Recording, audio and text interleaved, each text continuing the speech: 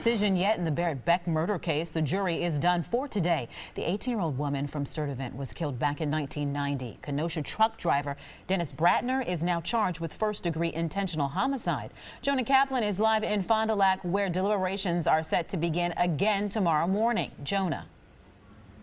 Shannon, for more than 20 years, investigators promised the Beck family they were doing everything they can to find that physical evidence to link a killer to Berit Beck's murder.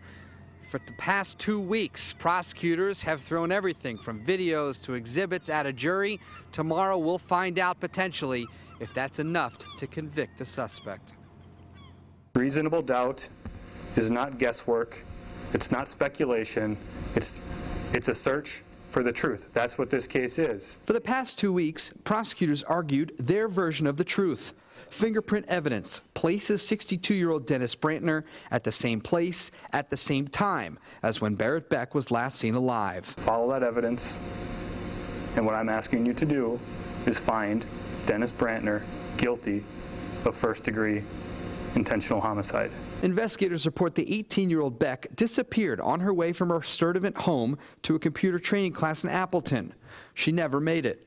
Her van was found 2 days later in a Kmart parking lot with nearly 500 miles on the odometer unaccounted for, meaning the van could have traveled 231 miles in any direction.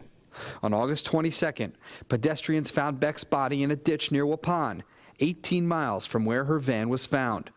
The jury listened to nearly 70 hours of testimony and reviewed hundreds of pictures, exhibits, and videos. A defiant defense attorney for Bratner warned jurors that several unanswered questions remain. It is no evidence that Mr. Bratner killed Miss Beck. They can't prove he ever touched Berit Beck. And they sure as heck can't prove that he intentionally killed her. Proof, evidence. They don't have it. Jury members will resume deliberations tomorrow morning, 8:30. If convicted, Bratner faces life in prison. We're live here in Fond du Lac. Jonah Kaplan, today's TMJ4. Jonah, thank you. 2 teens arrested after